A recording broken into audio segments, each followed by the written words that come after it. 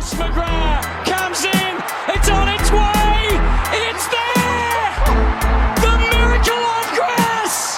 Owen with a kick to full forward, Cloak, not quite, Blair, Collingwood back in front. The seed, he delays the give, Franklin, this is Buddy Franklin! This is the greatest showdown! Poor fans can't bear to watch. They led by 28 points at one stage, but the perfect storm has erupted. Oh, who else? McDonald!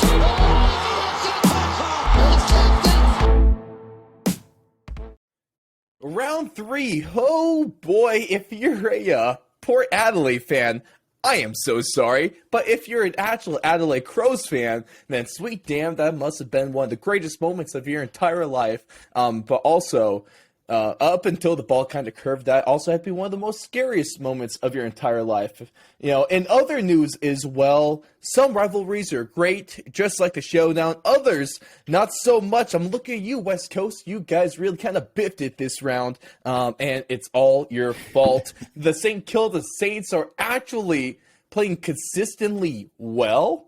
Question mark? Should we be concerned? Is the world ending? I guess we're going to find out all that and more on our round 3 breakdown. Thank you guys so much for tuning in. Of course, I'm your host, Ross Allen, joined alongside by the best in the business. There's no doubt about it. AFL footy correspondent, Coach Donnie. Coach, I know it might not have been the best round for your Sydney Swans, but as a whole, how are we feeling on the back of this weekend? Oh, what a round. What a round. It's hard to argue that a kick after the siren winner, several absolutely scintillating comebacks and some lackluster performances gave us a little plethora of footy this week, and just shall I say and there's storylines galore. There is storylines galore going into this upcoming round and the next day. Just so many different storylines. Every team almost has got a storyline, and it's so fascinating going into this round because, I mean, there's a talking point with each of the 18 clubs. I cannot wait. This is going to be another great round of footy. Maybe a little bit easier to predict how some of these may go this round, but even still, some scintillating footy. Oh, without a doubt. And also, special shout out to the West Coast because they somehow lost twice in one round. They lost to the Dockers, also lost to the Giants. I don't know, you could play 2 games in one round. Those Guernseys really caught me off guard trying to tune into that. Not gonna lie. It's like, wait a minute. That's Am I watching the right one? Whoopsie. Maybe the golden yellow looks good on one team, and maybe not the Suns, or maybe it's just really, really bad luck for the performances we've been seeing from those 2 teams that wear those colors, apparently. So, might just have to throw those ones in the trash. But we're gonna, of course, we got overreactions for you guys. We got a little bit of headlines, and none other than what the blank is. Well, Coach Donnie's team of the round is might have been a little bit easier on the forward line than what we had last round, but I'm sure it's still a fantastic one nonetheless. And finally, we're going to hit you with our tips for round 4. I'm going to pat myself on the back because I can. Went 8-1 last round, so I kind of know what I'm talking about sometimes if I get lucky. Take that as you will. But before we get into our overreactions, you guys are in for a little bit of luck because you get to listen to an ad. Hey, it's the publisher here, Mr. Kelly Cole. Listen, if you are a former professional athlete, if you are a former college athlete or sports coach, and you're looking to launch your speaking career, let me tell you, you need a book. If you're already out there speaking and you want to track more high-paid speaking engagements, you need a book. It's not about creating more content to post on social media. It's not about recording a bunch of videos. It's not about doing more podcasts. The number one secret to attracting more high-paid speaking engagements or even launching your speaking career is a book. Hey, I'm the publisher, Mr. Kelly Cole, and I help former athletes and sports coaches create best-selling books in 30 days to launch their speaking career, even if they hate writing and don't know where to start. So for the first time ever, I've created a free case study video that will not only show you how to write a book from scratch, in as little as 30 days and become a best-selling author. It will also show you how to attract more high-paid speaking engagements. Now, to check out this free case study video, click the link that says learn more or go to booksforathletes.com. Real quick before you go, do not go if you're not a former athlete or sports coach, because you won't find any value in what I'm about to share. And don't go if your book is already out and already on Amazon. You won't find any value in what I share over there. But if you are a former athlete or sports coach, know that you need a book, or already out there speaking and you want to launch your speaking career, go check out that link now. Writing a book is not as hard as you think. It doesn't even matter if you don't know where to start. My case study video will show you how to start and get it done and onto the bestsellers list. So go now. Hope you guys enjoyed that one. And now let's get on to the program. Isn't that what we used to say? I think so. Whatever. Screw it. Overreaction time, baby. Because, it's been fun. You definitely can... there's a lot of straws you can grasp at after this round of footy. And so that's exactly what we're going to do. Turtles beware, because we're going to throw some straws all at you. But, of course, for those that don't know how this little segment works, I got 3 overreaction statements, and Donnie's going to let us know if they're actually overreactions or if there is truth to them. First things first, Coach. Starting us off, the Saints are a finals team. Oh boy, when I saw this on your rundown sheet, I looked at it, kind of had to chuckle, because it's one of the reasons why our good old fashioned power rankings doesn't usually make an appearance to the 5th round, because I like kind of marinating these teams a little bit on kind of how they are. And St Kilda, like a few teams here, I can't put my finger on whether I'm gonna believe this as potential or is this an overreaction, because again, a couple of really good wins their last 2 rounds, but there is still this little part of me that goes, is Richmond the team that we thought they were? Mm-hmm. I'm like a lot of people, maybe not so much anymore. And then a Fremantle team that, it was chronicled last year, that has trouble scoring, and with no Matt Taberner, they really couldn't get going. So I'm going to say an overreaction right now, but I want to see a little bit more. I want to see 2 or 3 more rounds, because if they pick up a couple of big wins, another interesting game this week with a fellow team that we're still kind of gauging whether we like them or not, and that's the Hawthorne Hawks this week.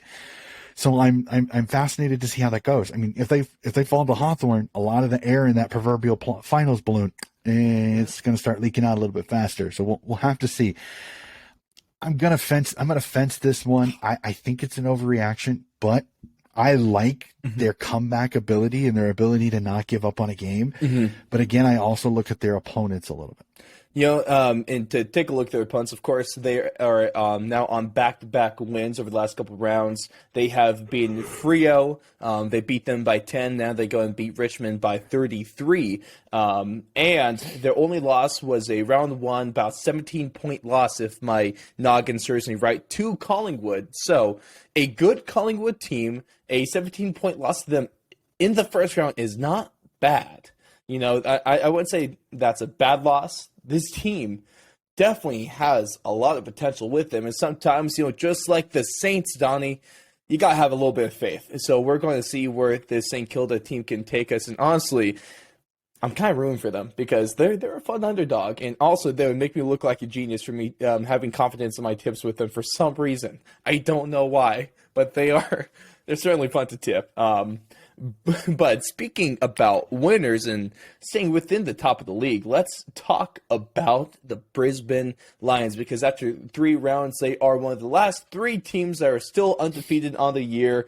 But they might have, I don't know, there is no might to it. They do have the easiest schedule so far this year, kind of to the opposite of what St Kilda has had. But with that being said, statement number 2. The Lions are current minor premiership favorites as they sit at the top of the ladder. And my favorite part is in your notes that we have for the episode today, you kind of pixelated it perfectly, is the fact that the overall record of the 3 teams that they have beaten is 1-8. Not great. 1-8. So it's hard to argue that they are. I kind of stated it. I think this is a team that can win a premiership. I think this is a team that can win a flag. Minor premiership favorites until they knock off the Ds, until they play the Ds. If they beat the Ds, then I'll be a little bit more apt. But right now the Ds it's hard to it's hard to replace them because, again, I think the Ds have played much stiffer competition. I think they've played much better footy overall. But again, Brisbane's a little bit of a victim of who they've played. Now, is Port as bad as I think they can be? They're playing like it, but I still think they have a list. They probably should have won at least one of those two, one of their 3 games that they have played already. And Essendon, I think Essendon is running into that same problem, that they've played really good teams start of the year and just haven't gotten a win. North, what's their excuse? Unfortunately. Yeah, it's unfortunately with them, it's they regressed from round 1, which I'm slightly disheartened to see that Coach Noble has kind of lost this group. Now, Brisbane's a really good team. It's not difficult for Brisbane to put up on a 110-point win over several teams. So I'm kind of wanting to gauge North a little bit differently, just because I think that was a really good Brisbane team, and I think they caught North at just the right time. So I'm going to say this is an overreaction because, again, I still have the Demons are right now my minor premiership favorite right now until these 2 teams face each other, and then I might change my mind, say if Brisbane were to find a way to win that one. And I think this is a curious one to look for to kind of take a look at. So that's why I was really looking forward to your answer with this one, just because yes, their opponents are horrible this year. I mean, let's not mince words. Just take a look at the record, take a look at what we see on the field. It has been far from great, but at the same time, you have to give the Lions a lot of the credit because although they've been playing lesser opponents, they've still looked amazing in those games, and they haven't had. I mean, if you're an NFL fan, you definitely know one of the teams that always does this is the Pittsburgh Steelers, and the Lions have been able to avoid being a Steeler because they have yet to play down to their competition. That's something that Pittsburgh is known for, and that's one of their biggest flaws historically as a franchise. And that's one of the things a lot of these good teams could run into. Oh, this team isn't great. All right, we don't have to go as hard. We're not seeing that for the Lions. They're still freaking flying all over the damn field, and they're looking great. So obviously we have a big game coming for them in round 4 as they take on Geelong. Huge proof of one. Definitely will be interesting once we get to our tips. That's for sure. That's a close one in the percentages. Yeah, that'll definitely. Yeah, this will be a yardstick. This will be a yardstick game for Brisbane. If they can beat Geelong and maybe beat them handily, then you're even talking even more. Like they're there with the Demons as that chance to kind of be the team to knock the Demons off their proverbial pedestal. So this is a cracking one this week. I cannot wait for that one. Absolutely. But that's in the same breath of Brisbane, given their opponents. That's going to take us to the third statement for you guys, and that is that Essendon has the most pressure to win a round 4. For me, this is an overreaction because honestly, let's head west. Let's head west over to South Australia. I think Port Adelaide is actually the team under the most pressure to win. If I'm being 100% honest, because I mean, this was a team people talked about, top 4 team, potentially a flag contender, and it literally has fallen apart from the word go. I mean, yes, a tough, gritty game against Brisbane where I think, unfortunately, the injuries that they sustained to Alir and then already not having Charlie Dixon kind of exacerbated the issues that they already had. And so, honestly, after losing that showdown game, I mean, if I'm Kenny Hinkley, you want this win again. You want this win this weekend, and it's not an easy matchup. So, I mean, it's the most pressure is on Port. The Demons are a difficult team to play. Oh, just the tiniest bit, even in South Australia. So, I mean, there's a ton of pressure. There's a ton of pressure on Port to get that bounce back win. And again, you get the worst possible opponent this week. So, I mean, Yeah, I mean, I would say as Port's more under pressure to win overall, but I think Essendon's got the better chance of winning this round, if that makes sense. Absolutely, I totally get you there. And I guess for me, I might side with Essendon just because they're trying to avoid their worst start since 1967. So obviously the world was a way different place, and that just goes to show you how long it's been there, and since it had a bad start. And I guess one of the main things here, if Port Adelaide goes 0-4, they lose to Melbourne, you can make so many excuses for them. They're even at full strength, they're probably not as good as these, at least not on paper. And that's not necessarily a bad loss, especially depending on how they play. Now, if Essendon loses to Adelaide, there's a lot more questions there, and that's a way more winnable game. So I guess that's kind of what I'm torn on here. Yeah, and I kind of understand that. Again, like I said, the worst possible matchup for here. And the crazy part about it is it will kind of weave the particular teams together. Is the fact that the team that Essendon is playing this round is the team that just beat Port this last week in the Adelaide Crows.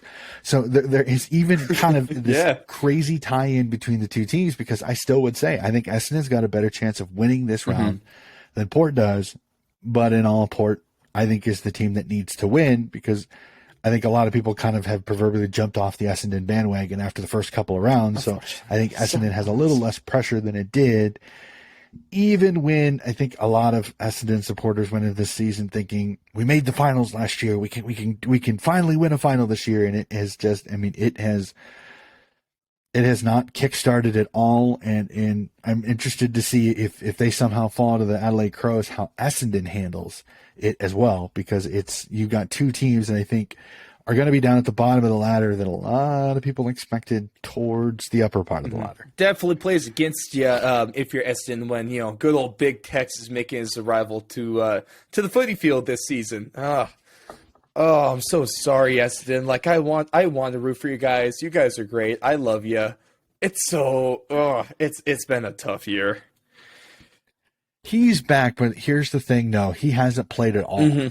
Like, here's the thing. Training is training. Okay. Like, it's not the same thing. Like, the biggest issue that I think a lot of Crows fans, and it's one of the things that I found an interesting discussion over, is the fact that he was not even able to play SANFL games, which is the South Australian National Football League, their football league in South Australia. AFL basically said, no, he's not even playing in those games. So he has not played a game of footy since last year before he was suspended. So, yes, Tex is back, but is this going to be the Tex that we know? Or is this going to be a Tex that's having to kind of get into game shape in a game? So it'll be fascinating to see how this goes. It's a very interesting selection by Nix to put him in right away when he has no game. He has not played a single game this season yet. So I'm very fascinated to see how this goes. How does he look mid-third quarter? Because if he's gassed, he may be a detriment more than a positive change. So it's a fascinating line to watch, is how Tex Walker, how is his conditioning? How does he look going into this game against Essendon? And luckily for him, he gets to come in and play against a struggling Essendon team. So might make things a little bit easier for him. Better than coming in against the D's. That's for damn sure. So we'll see how that plays out. Absolutely. And we're going to get a little bit more into that when we get to our tips later in the show. But that's going to do it for our overreactions. Let us know your thoughts over in the comments or on our socials. Or the Saints' final team. Is Brisbane current minor premiership favorites? And who has the most pressure to win in round 4 of this season? But that's going to take us into talking another round, another controversial, story to come up. Surprise, surprise. And if you're actually surprised about this, I truly think you've been living under a rock, because you cannot go a day without there being something that someone does not like in the AFL, especially if you're Victorian. Sweet damn. No offense to you guys. You guys are great. I love you. But you can hate on me in the comments. It's okay. We have fun with you guys. But the first thing we're going to talk about is that the thing that a lot of controversy is coming from is the injury sub rule. Of course, we saw that take place in full effect in Geelong's comeback win against Collingwood here. And so, oh boy, let me pull this up just so we get everything out for you guys there. So I guess a lot of the stuff has been coming out from none other than Fox Footy's very own Kingley, right? That's the nickname. David King. Everything. David King or Kingy. Kinger. Yep. It's not a Y on the end of King. And it's the ers, it's the Ys. I mean, I can never tell with you guys. Oh, that rhymes. Oh, I'm amazing at this. But it's you just go in and talk about Dollhouse, coming into that term and just looking amazing. And also, we had some words about this. Definitely going to talk about that a little bit more. But essentially, the thing is that if Geelong was able to use their injury sub, Kinger's argument here was that it's not fair that they get an advantage because they got an injury. That's what he's arguing here, essentially. You can go read the article as well. That's on foxsports.com. Whereas, I don't really think we've seen a problem with the whole Medi-sub up until now. Donnie, please share your thoughts on this because you said you're going to have some fun. So let's have some fun. Oh, David King goes on the first crack, which is on Footy Network, and he rolls out all these great clips about how Dollhouse makes an impact and how it's unfair. And I wanted Lee Montagna or I can't remember. I think it's Ben Dixon, who's also to go, David, how many other Medi subs have done this? Because I would have loved to hear his reaction, because I think he is a slave to the present. Because if we go back, the Medi sub has only been around for 2 years. 2 years. That's it. Okay. That's not a ton of data, but I'm pretty darn sure I've watched a lot of games of footy over the last few years, and I don't see a Medi sub making that big an impact that much very often. Like, I can maybe count them on one hand, and that's one, maybe two. That's it. Like, I don't see the Medi sub making that big an impact because, as you kind of stated when we were off mic, this is supposedly, according to selection, the 23rd best available player for that particular day. Exactly. That's one of my biggest arguments here is that people have to remember, it's not like the best guy on your list is coming into the game to make an impact. It's essentially the best of your worst. If you really want to put it that way, you're saying that they are not of quality, at least 99% of the time, they're not of quality of a player to be on the top 22. They are a backup. They're the backup's backup. So this probably isn't going to happen. It's not like you got Charlie Dixon coming out for the Medi sub. I mean, you could, but most teams don't do that because Charlie Dixon is usually in your best 22. Yeah. So I think he is making a mountain out of a molehill. I think he's really making a big deal out of something that is not that big a deal. It is not as big an advantage as he thinks it is. He just happened to catch the fact that Luke Dollhouse made an impact in a game that, I mean, it happens. Do I understand his argument? Yes, I completely 100% understand his argument but here's the thing though, is that here's my kind of counteraction to Kingy. It's like, what happens, and this is how my argument kind of makes sense this round for somebody like me. Tom Hickey for the Sydney Swans goes down with a knee injury. Who's the Medi sub for the Swans? Ben Ronk. Ben Ronk is not a ruckman. So how is that an advantage to Sydney? Here's that's my argument to it. It's like, I can find just as many reasons to not change the rule, almost tenfold more than I can find a reason to change it, because I don't think it makes as big an impact as I think he thinks it does. 99% of the time, your Medi sub puts you at a disadvantage. One, because you're losing one of your best 22 players.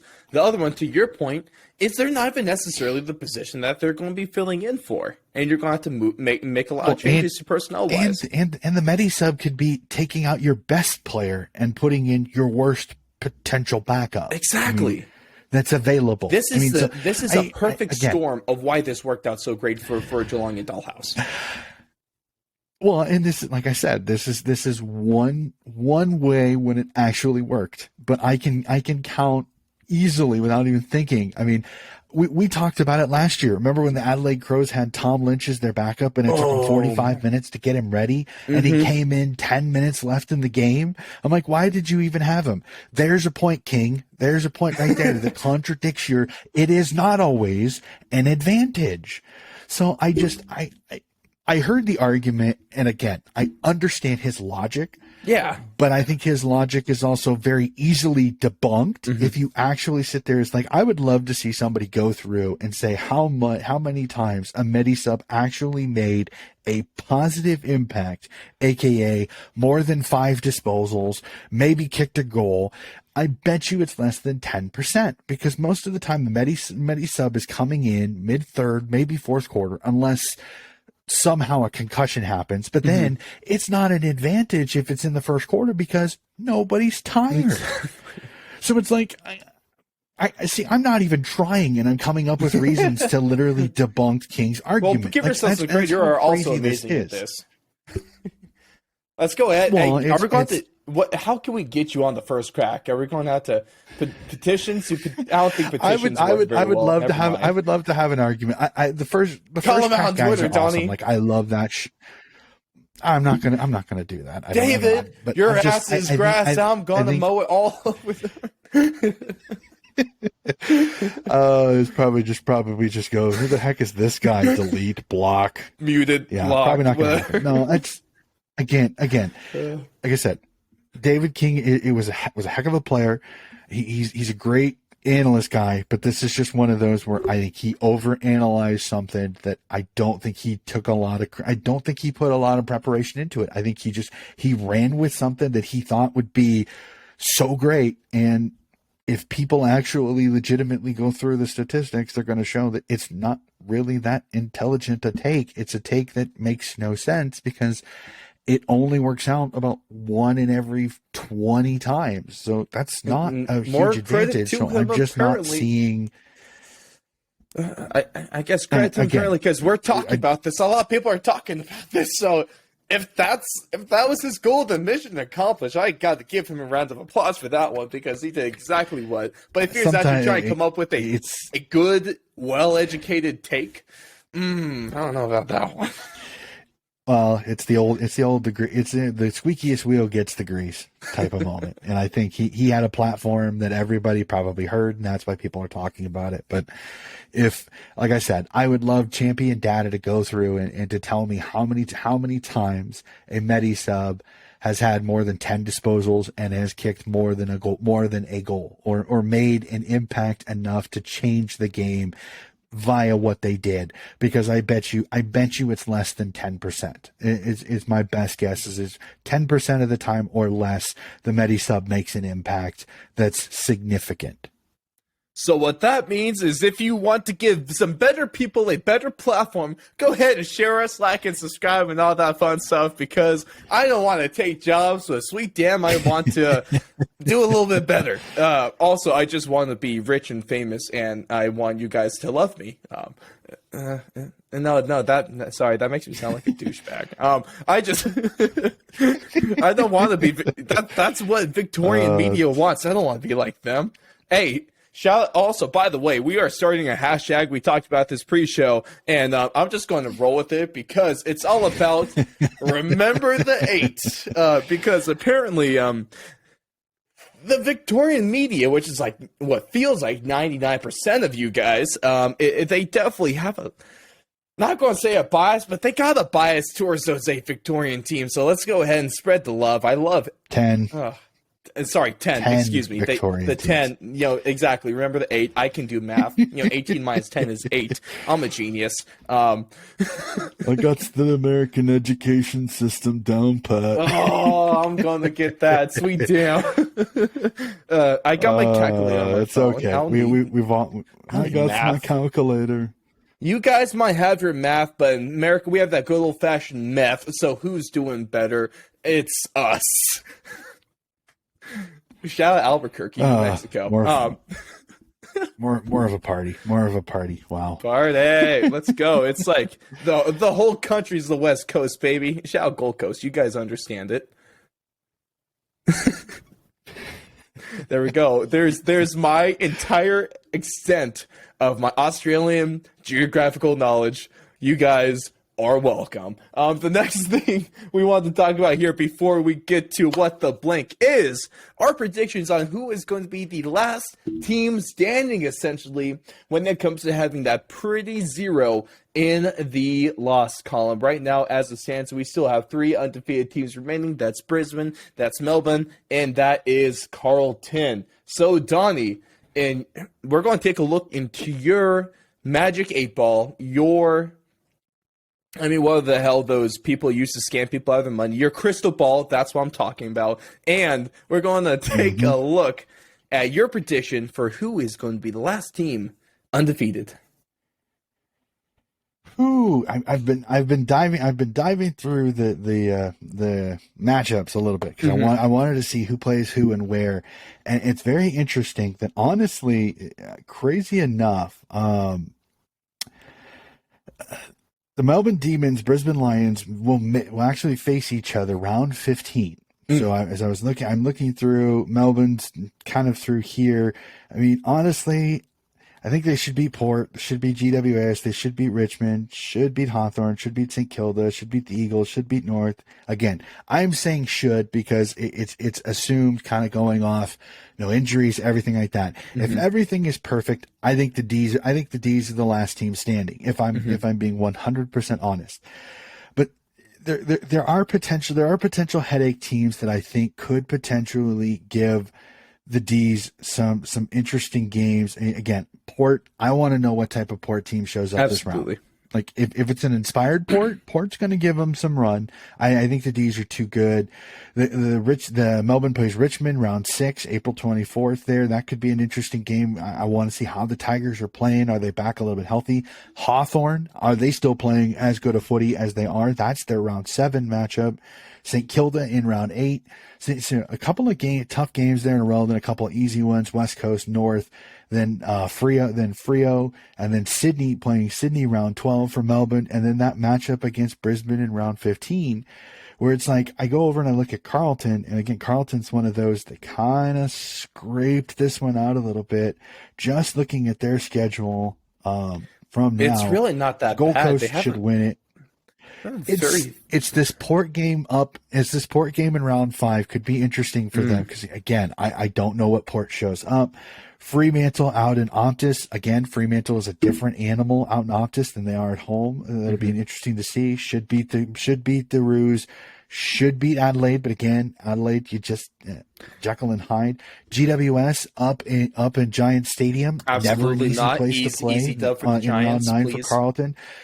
Well, and then at New South Wales Common, and then the next week down at Marvel Stadium against Sydney. Sydney, a team that can always in round 10. So, looking at these schedules, I think the D's are the last team standing, but it just kind of all depends on how the matchups go.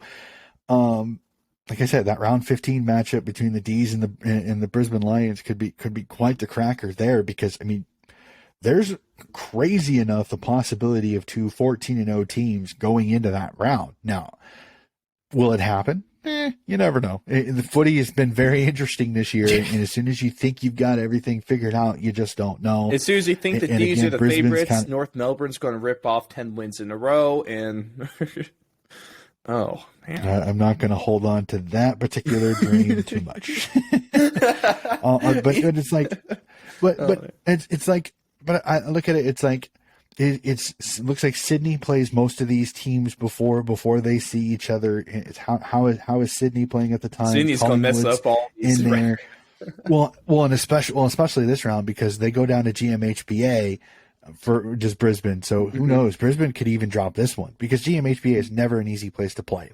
That is, the Cats play so well at home on that ground that this is not an easy one. I think Brisbane's got a little too much for him, but like I said, you see some potential trip ups, but there is the crazy possibility of seeing Demons, Lions, both 14-0 in round 15.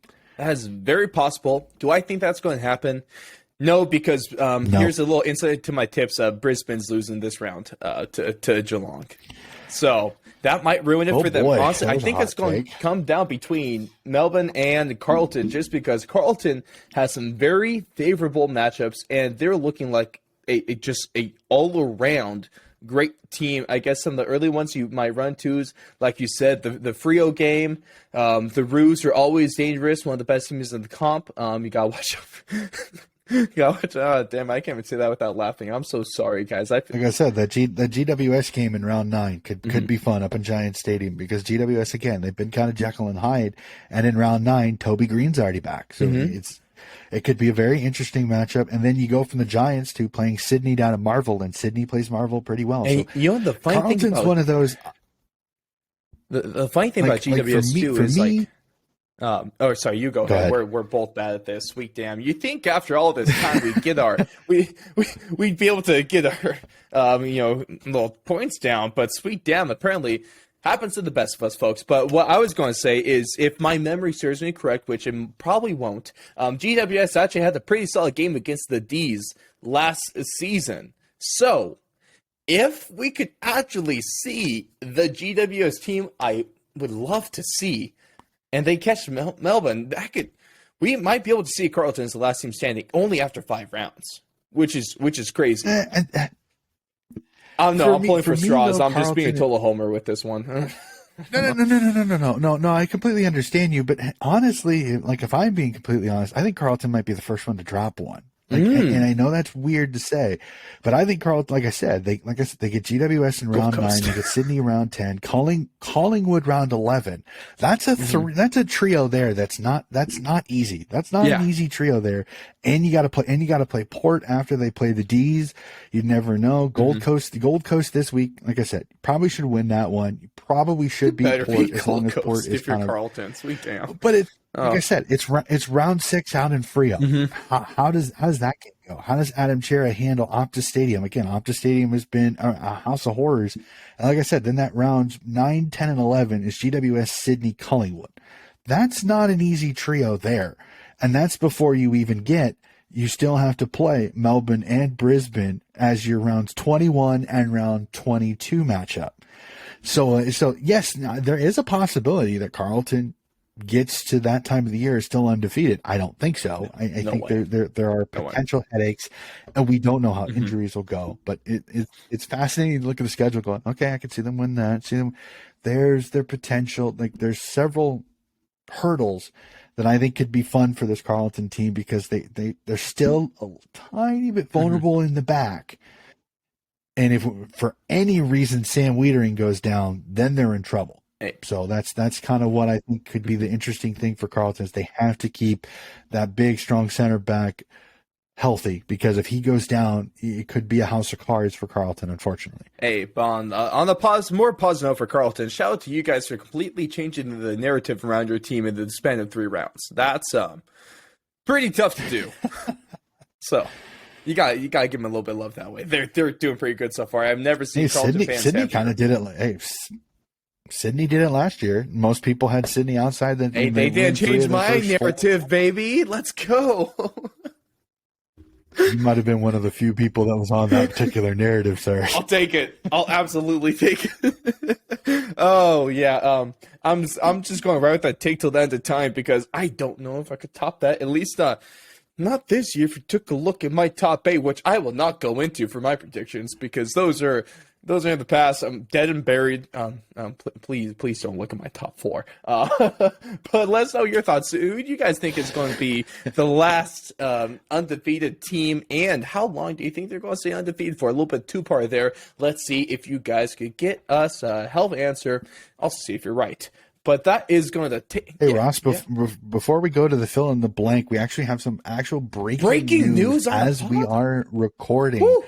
Breaking news as we are recording. Darcy Moore, the Collingwood center halfback, has signed a massive contract extension, taking one of what many people thought was to be one of the more sought after free agents, signing a 6 6-year deal. I am not seeing the financials as of right now, but a 6-year contract extension for the big rebounding backman. And Darcy Moore has signed a 6-year contract extension with Collingwood, taking him off of the chance of the free agent market that just dropped what looks like probably about 10 to 15 minutes Look ago. at you, Massive. Go get him. Massive deal for Collingwood. I love that. I freaking love that. Collingwood, they're looking great right now. And then you go ahead and, one of your best guys, one of the best guys as position in the league, you go ahead and lock him up for 6 years. Fantastic move, whatever the money is. I'm sure he's going to get what he's due. And I freaking love this, Sonya. What do you think? Yeah, it's a great deal. Absolutely fantastic deal here. The biggest thing is, does this particular signing, could it see the end of Jordan DeGoey's days in Collingwood? It'll be the biggest question is with this contract. Again, the financials are not out, at least all of the releases that I've seen. Again, this is AFL Live. As we are recording this, AFL Live come out with this, that he's signed a 6-year contract extension. There's no financials as of right now that I can see. All I know is it's a 6-year contract extension. Like I said, great bit of business. I'd love to see the financials to see, does this potentially cost Jordan DeGoey a chance to re-sign? So it's interesting storyline to look at now is, can Collingwood, with this big signature, can they keep Jordan DeGoey, or does Jordan DeGoey find himself on the free agency market? I know there's quite a few people that probably wouldn't be complaining too much if DeGoey is out of there. So guess we're going to see, Donnie. I freaking love breaking news. That's fun. I wish we could do this live. It just happened to pop up as we were discussing that. I happened to look down at my AFL Live thing, popped up, said Collingwood re-signed star, and I ended up clicking on my live app on my phone here, and it was like, oh, Darcy Moore re-signed. That's a what that deal, means is if you guys want more of this with us being able to break news and stay right up to date to the second, I do a pretty good job of getting this pretty much out, less than 12 hours after we record. Go ahead. I mean, Patreon, love us, share us. Let's do this full time so we can have the time constraints to be able to do that, because it's hard to be live when it's not necessarily what's paying you, and you got to do a job. Jobs suck, Donnie. I want you guys. My biggest dream is to not have a job and to make this my job, because it's already kind of a full-time job then anyway. It's not a job. Then it's just fun. It's fun. Yeah. I want a fun job, all right? But, most importantly, you guys are the freaking best. Let us know your thoughts on if DeGoey is out of there. And also, just your general feelings about Collingwood. Just let me know, because I know that is speaking of controversy, that's a controversial club right there. Oh, man. But on the back end of the breaking news, it is time for What the Blank. One of my most favorite ones, one of the ones we got on all of our sports. And also, speaking of all of our sports, just want to say, until I see evidence of the contrary, we are the only sports media company in the world that covers the AFL, the NFL, and the UFC/MMA. So, until I see evidence against that, I'm going to run with it. And so just, we are the niche of the niche. Especially since we're an American AFL show, there's 4 or 5 of us. So we are new slogan, Donnie, the nichiest show in the world, if that's a word. Can we make that a word? Nichiest? We'll go with it. We're going to go with it, whether it makes sense or not. That's just the representatives from Webster's Dictionary ain't going to be visiting us anytime soon, so we'll go with it. Hey, Webster's, hit me up, baby. Let's go. A Webster's sponsorship, absolutely nothing more exciting than a dictionary. But for those that don't know how What the Blank works, I got 3 statements for Donnie here, and there's a blank at the beginning, middle, or end, and it's up to him to fill in the blank with whatever he wants. It could be a grunt, it could be a full-on, 1,000-page thesis. I don't care. Please don't do that, because that'd be horrible, and it'd give me a lot more to edit. But we're going to start things off with the first statement, and that is the current best rivalry in the AFL is blank. Oh, jeez. You're going to piss people off no matter what you say here. For pure entertainment, this is going to throw some people off.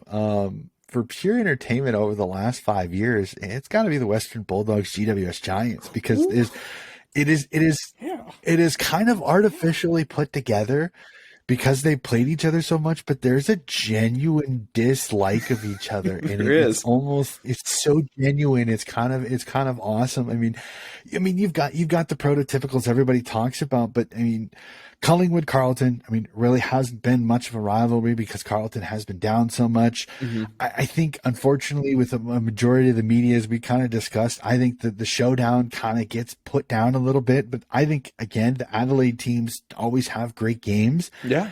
But I don't know if it's the greatest rivalry because, I mean, it's not something everybody talks about. It's kind of a South Australian thing, and everybody else kind of I mean, you can't really say that the Sydney Derby is the Battle of the Bridge, or whatever acronym you want to use for that one. It's a super underrated rivalry. That's why I know. It's become more competitive over the years as GWS has gotten stronger, and I think there's been some spite to it. But if I go over the last 5 years, the two teams that I'd have to say I love seeing the games being played between the two. It's the Western Bulldogs GWS because, like I said, there's just this natural spite between the two of them because of how many times they've played each other. So, like I said, it's a little off the wall on that one. I wasn't expecting that. That one's the one that I would say. I'm never going to when my boys in orange and charcoal get in the spotlight because they hardly do. You're the only media member I know that actually talks about them more than once a year.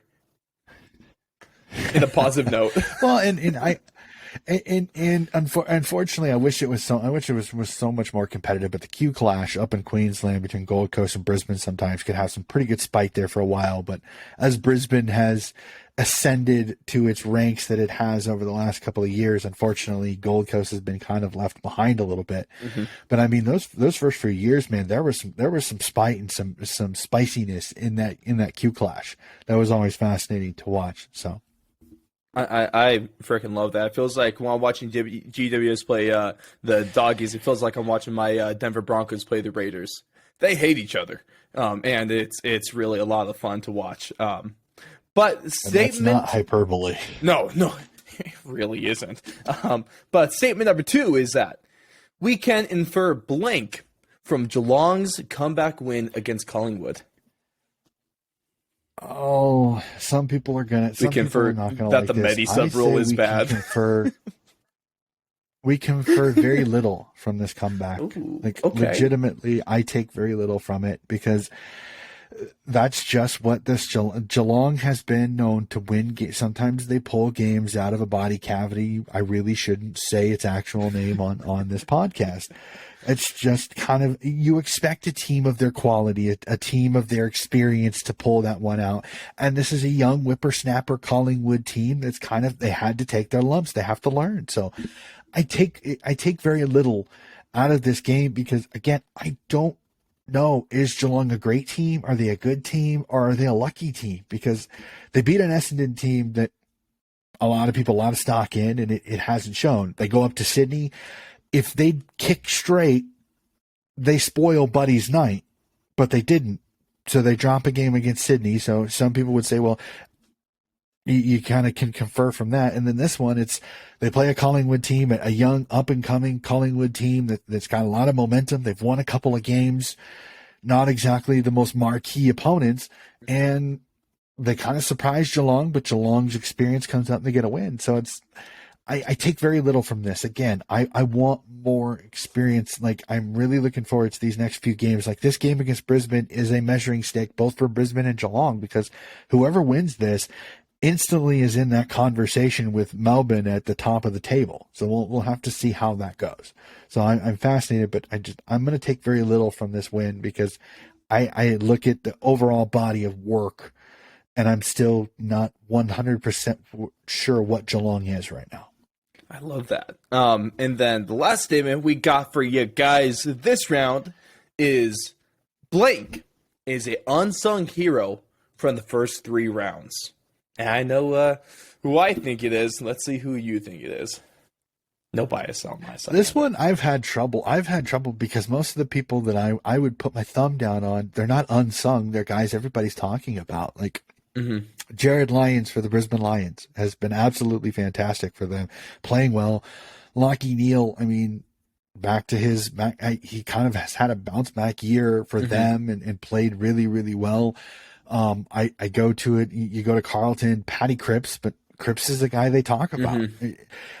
Honestly, the guy I would honestly say would be Carlton's Wiedemann, their fullback, because I mean he's just been absolutely fantastic. He gets that big mark to save Carlton's bacon against Hawthorne in this game this last week.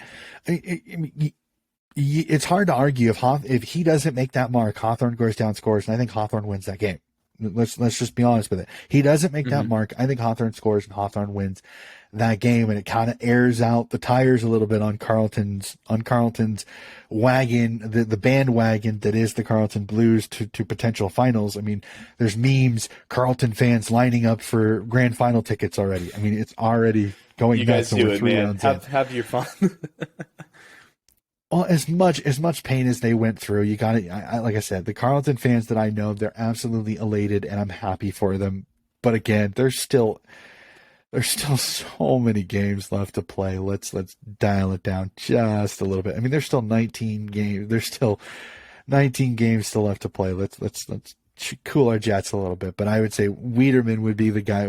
Their fullback would be my unsung hero, because he's just done what they've needed to do in the back, and I worry that if he goes down, it could derail Carlton, a lot like what's happened with Lear and Port. Definitely plenty of time for things to go horribly, horribly wrong. Fingers crossed for you guys that it doesn't. Also, quick bias/non-bias shout out to Tom Green. You're a freaking legend, and I love what he's been doing so far this season. But see, for me, he's not unsung because a lot of people said he was going to be a great player. He just needed the time in the midfield. Like I think the kid's incredible, and I think there's no doubt about it. It's one of those. It's hard to find unsung heroes because a lot of the guys that are making the big impacts for a lot of these teams are guys you'd expect. So I kind of look there and I go through some of the teams that have been successful. We go through the Demons. Well, who's good for the Demons? Max Gawn, Petrarca, Oliver, Ben Brown. I don't know, man. I don't think people really talk about Petrarca all the time. I've only heard his word, like 3 times a minute. But also deservedly so, because he's amazing.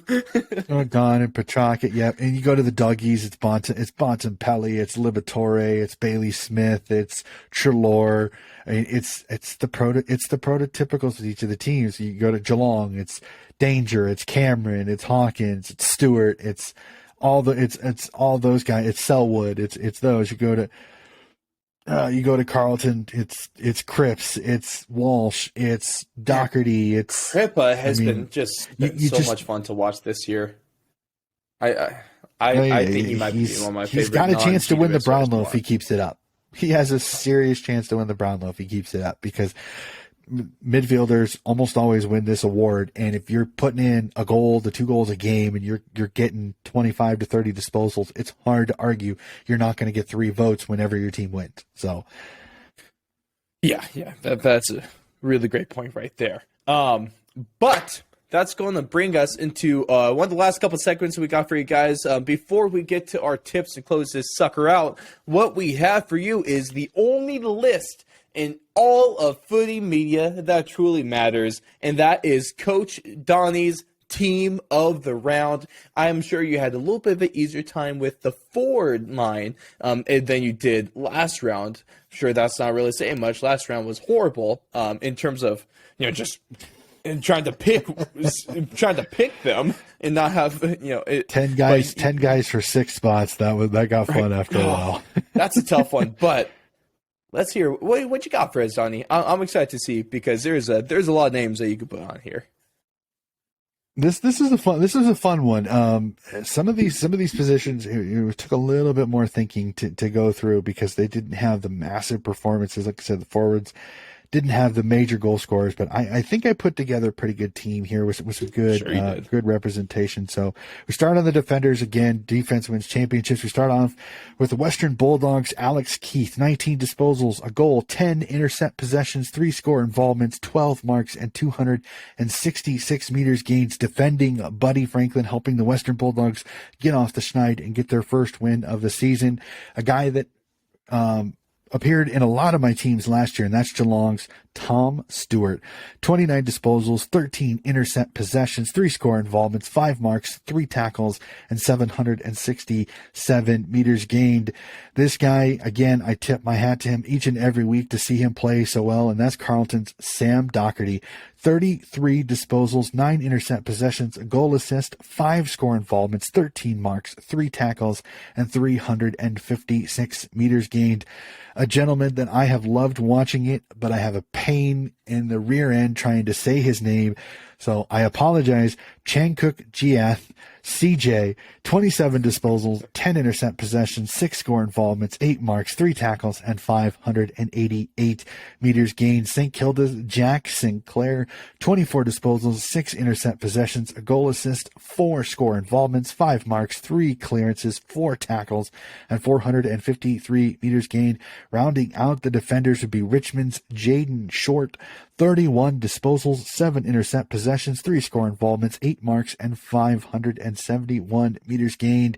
And he's back. The ruckman everybody expected is back, Mr. Brody Grundy. 20 disposals, a goal assist, 5 score involvements, 8 clearances, 8 tackles, 24 hitouts, and 281 meters gained for the ruckman from the Collingwood Magpies. We jump to the mids, and we just said his name just a little bit ago, Mr. Patrick Cripps of the Carlton Blues. 31 disposals, a goal, a behind, 6 score involvements, 6 marks, 6 clearances, 11 tackles, and 257 meters gained. Brisbane's Jared Lyons, 28 disposals, 2 goals, 4 goal assists, 12 score involvements, 8 marks, 6 clearances, and 668 meters gained. Now, this gentleman has been in my defense the previous 2 weeks, but he's been marked now as a midfielder for Adelaide, so I have to put him in the midfield, and that's Jordan Dawson with 24 disposals, 2 goals, including the game winner against Port Adelaide, 1 behind, 4 intercept possessions, 5 score involvements, 6 marks, and 664 meters gained. The gentleman that my prestigious host just mentioned just a little bit ago, GWS's Tom Green. 29 disposals, 2 goals, 2 behinds, 3 intercept possessions, a goal assist, 10 score involvements, 3 marks, 7 clearances, 4 tackles, and 597 meters gained. The man, the myth, the legend that is Patrick Dangerfield. 25 disposals, a goal, 5 intercept possessions, a goal assist, 6 score involvements, 5 marks, 5 clearances, 5 tackles, and 550 meters gained. We jump to the forwards. And as Ross said, a little bit easier, but still some pretty good performances here. We go to forwards. Adelaide's Elliot Himmelberg, 14 disposals, 4 goals, 7 score involvements, 8 marks, and 271 meters gained. Surprisingly, we get a Port Adelaide player in the team of the week. One of the few people that kind of shined out for Port is Mr. Todd Marshall, 11 disposals, 5 goals, 7 score involvements, 4 marks, 3 tackles, and 297 meters gained. Our top goal scorer of the round is Mr. Jeremy Cameron of the Geelong Cats, 14 disposals, 6 goals, a behind, 7 score involvements, 9 marks, and 326 meters gained. Brisbane's Lincoln McCarthy, 15 disposals, 5 goals, a behind, 7 score involvements, 8 marks, and 398 meters gained. Carlton's Jack Silvani, 14 disposals, 3 goals, a behind, 5 score involvements, 11 marks, and 346 meters gained. And I got to put this gentleman in for an incredible fourth quarter, and that is St Kilda's Max King. 13 disposals, 4 goals, 3 behinds, 7 score involvements, 7 marks, and 302 meters gained. We jump to the bench. Our defender on the bench is GWS's Lockie Whitfield. 20 disposals, 2 goal assists, 5 score involvements, 8 marks, 3 clearances, 5 tackles, and 437 meters gained. Our midfielder is the Bont, Marcus Bontempelli. 21 disposals, a goal assist, 7 score involvements, 6 marks, 5 5 tackles, and 359 meters gained. Also from the Western Bulldogs is our ruck representative, Mr. Tim English. 24 disposals, a behind, 3 intercept possessions, 12 score involvements, 8 marks, 8 clearances, 5 tackles, 28 hitouts, and 435 meters gained. Rounding out the team of the week is forward Mr. Sam Wiedemann of the Melbourne Demons. 11 disposals, 4 goals, 3 behinds, 7 score involvements, and 8 marks. An incredible team of the week. A lot of the top teams getting a lot of the places, but man, that was a fun round to pick, because once you got down to those last couple of spots in the forward line, you're nitpicking on what's more important to get you in there. So another fascinating week. So I'm looking forward to round 4. Absolutely. And like I said, that is the only team of the round that matters in all of footy media. So I'm glad that you guys had the honor of listening to that one. And I'm just going to keep so I'm not blowing smoke. Maybe a little bit. I don't know. Who cares? I am a smoke blower to some. If you want to get on my good side so I can blow some smoke up your butt, hit us up on Twitter and interact with us a little bit more often. Shout out to Bradley because he's amazing, and you can hit us up over at Fourth Long Radio. The plugs haven't been too bad this week. But let's cap things off late. I've done that clap transition a lot tonight. I don't know why. It's just the mood. It's just the mood. I don't know what to tell you guys. I don't do this. I don't think a whole lot, obviously. I mean, listen to some of my takes. But we're going to cap things off here with none other than our tips. Like I said, I had a pretty good round last time. If Donnie's Swans didn't want, to mess it up for me, I forgive you nonetheless. But another round, I don't have control over that one. What do you mean? You're a fan. You can yell through the TV. It's an iPad, and it's one of those I've noticed whenever I get confident against a good team with Sydney, that's always when it backfires. It's always when I reverse psychology and I tip against them. It's usually when they win. See, I just have fake confidence in GWS every round, so it's all the same to me. Boy, we'll see how I tipped in this round. But let's get it going. Round 4, we're going to get started off with a couple what could be great games, probably just only one of them though, and that is going to be Port Adelaide and the Melbourne Demons. We got 92% of fans taking the D's on this one. I am with them. Donnie, what about yourself? I am also with them. I don't like the mojo of Port. And I listened to a podcast out of South Australia, and they are offering 2-for-1 tickets to try to get as many people to the game because the fans are that not bad upset that they're worried of not getting a good crowd out there. And I think that is the worst possible mojo you could have against what arguably is the best team in the competition this year. I got the D's, and I think the D's win this big. I think this could be a 3 or 4 goal win. Now, the next game is to me, one of the biggest question mark games, and to me, this is the most interesting game of the round. And that's the Geelong Cats and the Brisbane Lions in this one, because two teams have a lot to prove in this one, and there's a lot of takeaways you might be able to grab from this one as well. We got 58% of tippers taking the Geelong Cats at GMHBA. They're, like you said, they're always tough. This is a hard one to play, just like playing over in Optus. Are you siding with them? Because I am going to be taking the majority on this one as well. I'm going to go Brisbane, actually. I'm one of those that I like the mojo the way Brisbane's playing. Geelong has been inconsistent. Yeah. And I don't like that against a team that's playing really, really good footy.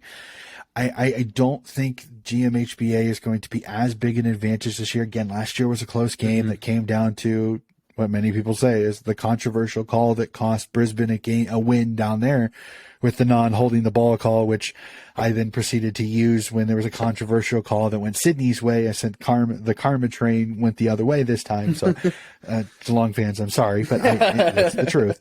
I'm gonna tip Brisbane on this just because I like Brisbane's mojo a lot more. I think their midfield can neutralize Dangerfield enough. I think they'll be fine.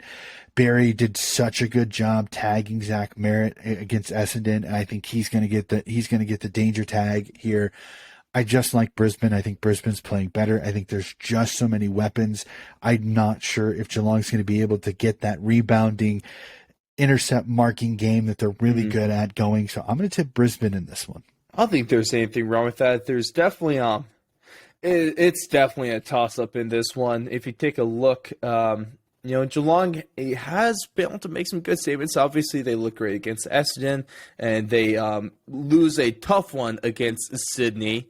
And then also they go and they have a great comeback win. They show a lot of grit and a lot of, Aussies like to use this word a lot, bravery. They like the word brave a lot. Well, I'm not going to say they like a lot. They use it more than we do, at least. So I guess that's one thing I've noticed for you guys. Let me know if I'm off base on that or not. But I really like what I'm seeing from the Cats. But also, like I said earlier, the Brisbane Lions have been maybe not the best competition, but they haven't let that slow them down. They still looked fan-freaking-tastic. So this one really could go either way. The odds are also in Geelong's favor. They're at $1.78. Brisbane 203. So if you're wanting to bet an underdog tip, that is definitely mine for this round. I would put some money on Brisbane, even though technically, like I already said, I cannot. And also speaking about underdogs, sweet damn Donnie, this might be the biggest odds margin I have ever seen while watching footy, because we got the Sydney Swans at $1.06 and their opponents, the North Melbourne Roos, at $9.30. Ooh, and 99% of the world is taking the Swans. I want to talk to the 1% of North and just to make sure everything's going on. Everything's okay at home, because I don't know about this one. Or maybe everything is okay and they're just some really diehard Roos fans that I can also respect that. But Sydney, I'm tipping Sydney in this one, and if I'm North, I'm trembling a little bit, because this is a Sydney team that if I'm them, John Horst Longmire just probably read them the riot act after some of the lackluster abilities towards the footy against the Western Bulldogs. I think Sydney comes out inspired. They're at home. I almost look at this and go, could this be a potential for Buddy to kick an 8, a 10, a 12 pack on North if they cannot shut him down? Yes. This could be a very long game for Sydney. And I don't normally like calling blowouts, but this one could get ugly quickly if it goes the right way. The only interesting question will be is, how does Peter Laddams come into the Sydney team after Hickey comes out?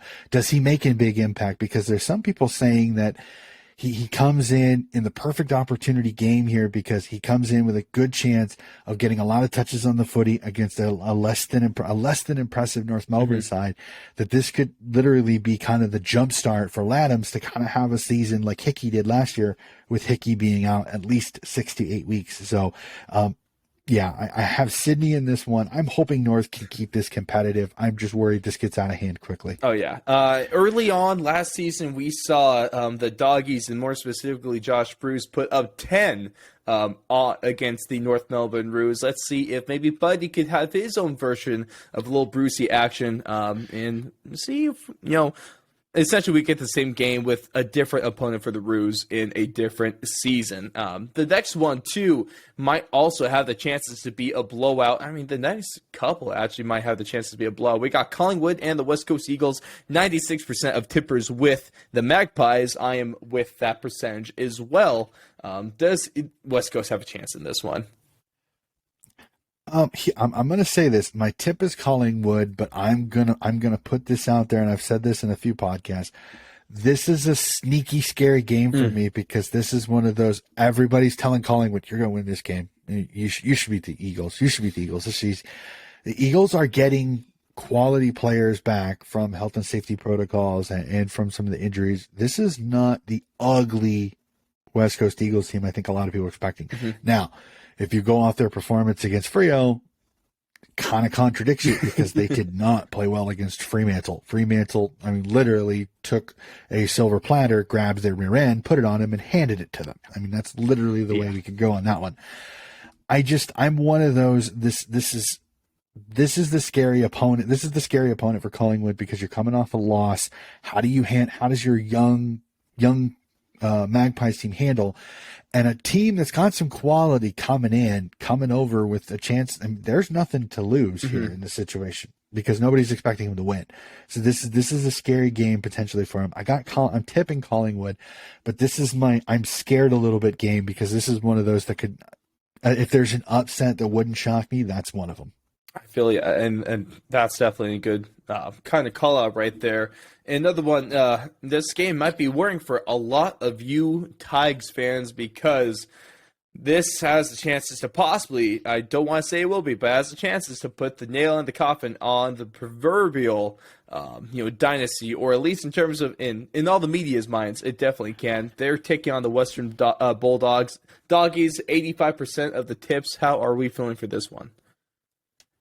I've got the Doggies, but I can almost rewind back Same and thing. replay it again because this is another one.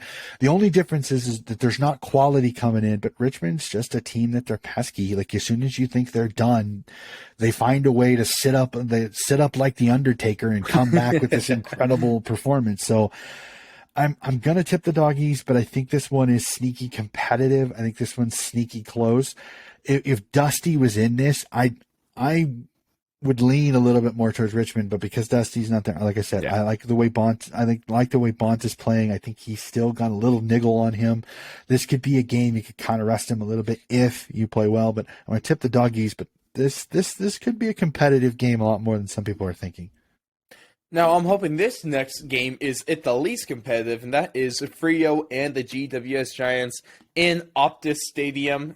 This is one where I probably should be tipping Freo. I'm still going to go with GWS. I'm loyal to a fault, apparently. And tell me that GWS has a chance in this one. Again, this is a Freo team that has issues sometimes kicking goals. I bounced back and forth with this one a couple of times. It's the travel to Optus Stadium that would bother me because Freo is a much better team at home. Like that's like the only reason. Like if this game was played at Giants Stadium, I'd be tipping the Giants. I'm tipping Freo because again, Freo at home plays better footy at home, as we saw against the West Coast Eagles. Taberner's back, so they've got a few more goal snakes. They've got a few more goal kickers. Again, I think it's a little bit also, I think that West Coast Eagles defense was not exactly airtight. I think GWS is a little bit better. Again, no Phil Davis. We'll have to see how Sam Taylor and Cummings and Whitfield, kind of how they handle it. I'm not too super worried about that back line. Because it's one of those. Yeah, I think they've played really well. My issue is who takes Taberner and how does that handle? Is Michael Walters start get going? Because who do you put on there? Do you put DeBoer in and put him on Walters? We'll have to see. So I'm going to tip Freo, but this is another one. This could come down late in the game because GWS has got the talent to win this game. The question is, can they overcome Optus Freo? Shall we say? That's a good point, man. Sweet. Oh, wish I were playing Giant Stadium. But what you going to do about it? This next one, I'm actually pretty surprised by this. The tipping percentages for everyone. It's Essendon in the Crows. Tippers are taking 81% of them are taking Essendon in this one. 19% to the Crows, of course. I'm kind of torn on this one, but I do think Essendon gets their first win of the year.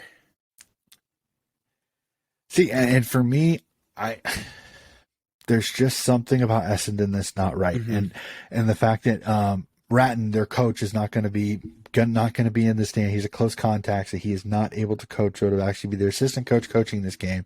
I'm not sure if you had heard that. I found that out this morning. Oh, yeah. I'm going to go Adelaide. I think they got a lot of momentum off that first one. My only concern with this tip is the prototypical the lull after a big win. Yeah. Sometimes can affect you in the next game. Like that's the only thing that's making me a little hesitant. But I think this is a young Crows team. You do get text back. You get a little bit of the text bump, which I think might be a good thing. So I'm going to tip the Crows in this one in a little bit of an upset. Again, I've always loved the Bombers, but there's just something not right about the Bombers game this year. And I think this is where it gets blown right open. I think the Crows get this one done. I definitely wouldn't be surprised if the Crows win this one either. It's just hard to have well, going into round 3, I didn't have much confidence in the Crows. A win over Port Adelaide in the way they did in the Showdown is going to give you a little bit of a better feeling about them. And Essendon just has not a whole lot going for them at the moment. So it's and this is a tough one. That's why I was pretty surprised that it wasn't a little bit close to 50-50 split. Kind of like the next one is between Hawthorne and St Kilda, 55% with St Kilda. The odds also show a pretty close discrepancy as well. For whatever reason, I've been tipping the Saints this year, and it's been working. So I'm just going to send it. Wow, and the funny thing is the tipping competition that I have has it dead 50-50. It is 50-50 for this Hawthorne St Kilda game, and I think this is literally a coin toss game. I'm going to go Hawthorne on this one. I've liked Hawthorne's game. I think they played really well. I think they kind of know that they can't let Ben King get loose in the fourth quarter because that's what's kind of gotten some teams. And just, I'm liking the mojo. I'm liking the mojo of Hawthorne right now. I think St. Kilda has had to rely on comebacks. Mm-hmm. And Hawthorne had a comeback kind of did a comeback themselves. So it'll be interesting to see. I'm going to tip Hawthorne in this one. MCG, we'll really have to see. I think Hawthorne's playing pretty good footy. This is a fascinating one. This could be the barn burner of the entire. This could be the game of the round, which is really crazy to think.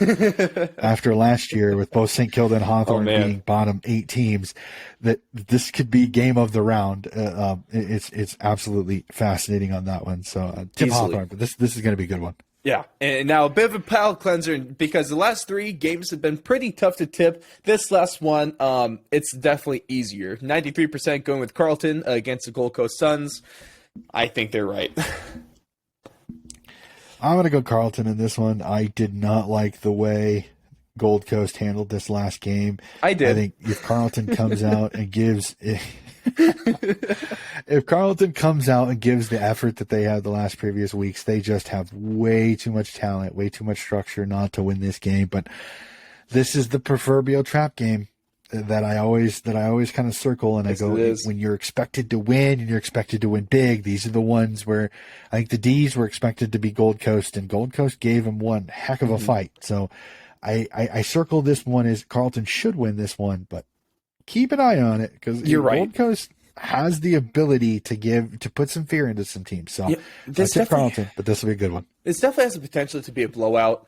I don't think it will. I think I kind of similar to last round, Gold Coast and GWS. Yes, it was a solid win by the Giants, but it wasn't necessarily a blowout. Gold Coast seems to be one of those teams that's just really naggy, and you can never fully put them away until that final siren sounds. But, if Carlton just keeps up half of what they've been doing so far this year, same word for Crippa, they should be able to win this game. Might not be in the blowout, might not be in the prettiest way, but they should say 4-0 on the season, unless something crazy happens.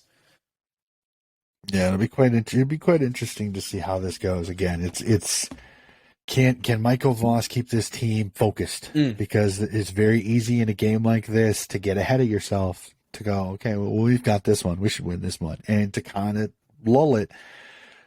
Like I said, the D's fell for it. The D's got lulled into that game against the Gold Coast, and they won it, but they sure made it much, much closer than it probably should have been. I think that's pretty damn accurate. But on the back half of our tips here, that is about going to wrap it for us, ladies and gentlemen, on our round 3 breakdown of the crazy, fantastic, controversial, and just all around fun season of the AFL that we have had so far. And so we got a couple things coming out. We got a pretty good week of footy in terms of content coming out for you guys. Of course, this is going to be dropping when it drops. So go ahead and listen to it. And Donnie also has some more stuff on the way for you guys as well. Fill us in on what we should be expecting a little bit later this week. Well, the best part is this is part of 3 straight consecutive days of podcasting for me. Tomorrow I am going to be recording the AFLW finals review, where we will review all of the finals played and preview the upcoming AFLW grand final between the Melbourne Demons and the Adelaide Crows at the Adelaide Oval on Saturday. I cannot wait.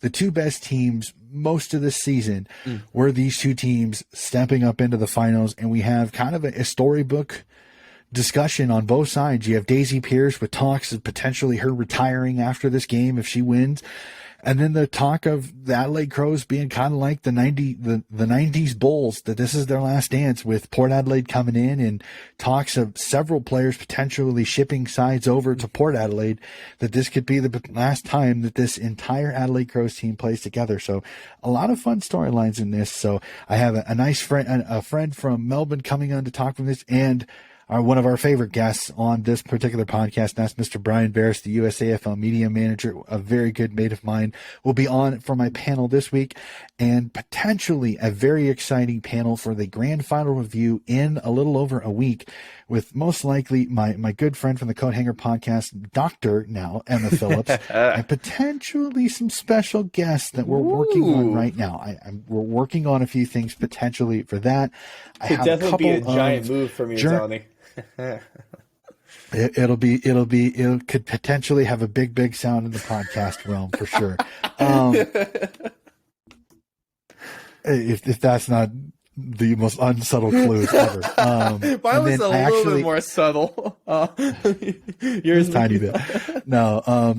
And I'm working on a couple of standalone interviews with a couple of journos down in Australia that cover AFL and AFLW. I'm trying to get those figured out to where maybe I can get them out this year. If not, worst case scenario, I will try to get them out around the start of the AFLW season in August, it sounds like. So I'm really excited for that. So just trying to talk with more footy journalists, but either in Melbourne, in Sydney, in the West, or in the West, just trying to make some more contacts, because I think it's great not only for the podcast but for me as well. That's kind of what is on the docket for me right now. That's good stuff, man. Donnie has it going on. So make sure to tune in, all you AFLW fans. Make sure to listen to everything you need to know before the biggie goes down, of course. And if you're not just a AFL fan, you're a fan of some of the other sports we cover, of course, go ahead and head on over to thefourthalong.com. Get in touch with our NFL stuff, our UFC/MMA stuff. Huge pay-per-view goes down, and especially for you Australians, you better be tuning in, because none other than Australia's own Alexander Volkanovski is on the edge of legendary status as he takes on the Korean Zombie at UFC 273. Go ahead and get your earful with that one, because you're not going to want to miss it. And, of course, we're going to give our breakdown for that card next week when Volkanovski probably retains, and we're going to have some good stuff to say about him for your, nothing like a little, actual man from Australia, one of the few. Also shout out to say kickboxing, because sweet damn, that is a hell of a thing they got going on down there. But ladies and gentlemen, thank you so much for tuning into our round 3 breakdown. Of course, you can find all of this and more over at thefourthlong.com. We're on YouTube, we're on Spotify, Apple Podcasts, Google Podcasts. We're on some other podcast things I've never really heard of. We're also over on Rumble, or you can even just tune in and stream the audio shows from our website directly.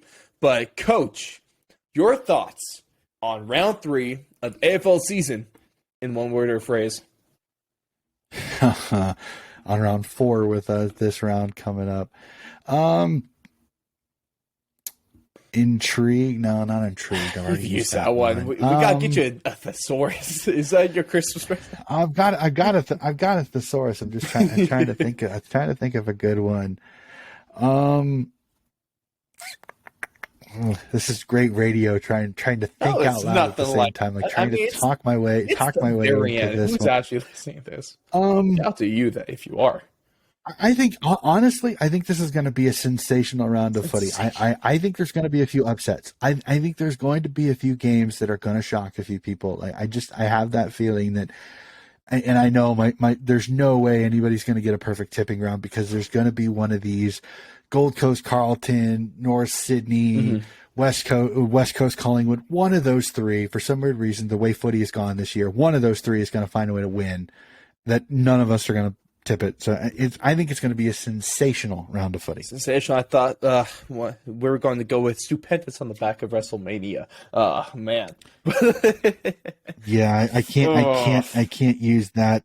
I'm sorry when I have to watch any of the commercials with Pat McAfee going stupendous. I'm like, oh my God, kill me. Hey, now. but when you have to watch Pat McAfee, then that's a hell of a time. I know you got a beef with him, so I'll just hold my 2 feet. Well, I don't have a beef with him. It's just after a while, it's like nails on a chalkboard. I just can't take it. Well, anymore. it's so stupid when you put your entire marketing for one thing around one word. You guys, I will never do that. Also, hashtag remember the 8. We'll see you guys after round 4 of the AFL season.